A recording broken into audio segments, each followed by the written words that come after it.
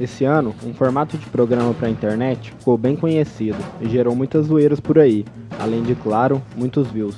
O formato lançado pelo canal Spotify consiste em trazer duas pessoas que possuem posições, visões, profissões e gostos diametralmente opostos para conversar entre si e tentarem, abre aspas, adivinhar características relevantes uma sobre a outra usando como base apenas o estereótipo. O formato começa com algumas perguntas que servem para que o espectador conheça as pessoas que estão falando, seus nomes, idade, gostos, viagens marcantes, para gerar uma certa conexão.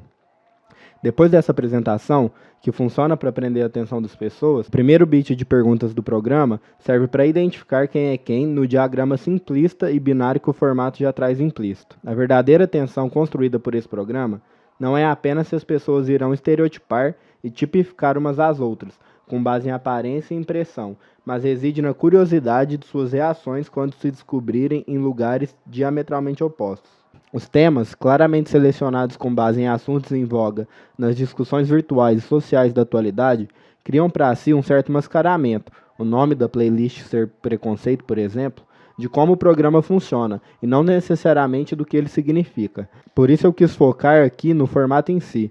O programa tem basicamente 3 planos: plano conjunto, plano contra plano. Nunca se vê ninguém sozinho em nenhuma imagem, tentando passar uma impressão de diálogo e tendo como efeito reduzir essas questões, que são sociais e políticas, a mera diferença de opiniões, algo relacionável ao que a Sabrina chama nesse vídeo de pós-política. O último quadro do programa serve para tocar na ferida da tolerância, da boa convivência mítica que a democracia finge manter, tanto que a maioria das pessoas dizem que manteriam amizades mútuas, menos nesse vídeo. Menos diplomático. O feminismo, para mim, é câncer. Eu sou muito antifeminista. Eu me tornei muito antifeminista de tanto estudar feminismo. Esse formato é um sintoma, ao mesmo tempo que atualiza, a assim chamada polarização que toma conta do país. Mais do que isso, é uma jogada comercial e publicitária que visa lucrar de alguma forma com a espetacularização do conflito. Se alguém ainda tiver estômago para ver os comentários do YouTube, dá para perceber que a maioria das pessoas só está ali para tirar um certo prazer dessa tensão. Não há mudança por parte dos participantes, não há mudança por parte do espectador. Em um vídeo específico, o formato brinca com as expectativas dos espectadores em relação a temas raciais. Para quem leva essas discussões a sério, esse é um mecanismo um tanto já batido e até previsível no jogo de relações do quadro. E não só aqui, como em alguns outros vídeos, acaba por reduzir apontamentos sobre estruturas históricas e sociais a questões de tipificações individuais.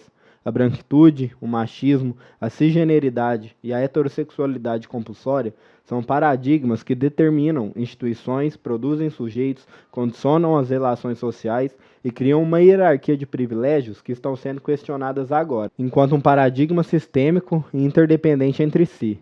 Não é que essa visão não tenha lado, tem sim, e não podemos ter medo de afirmá-lo, mas é uma compreensão muito mais processual e que se perde muito dela quando simplesmente se binariza e individualiza todas essas discussões. E desta forma, o formato consegue fazer o que o capitalismo faz de melhor: lucrar e continuar funcionando sob seus conflitos e contradições.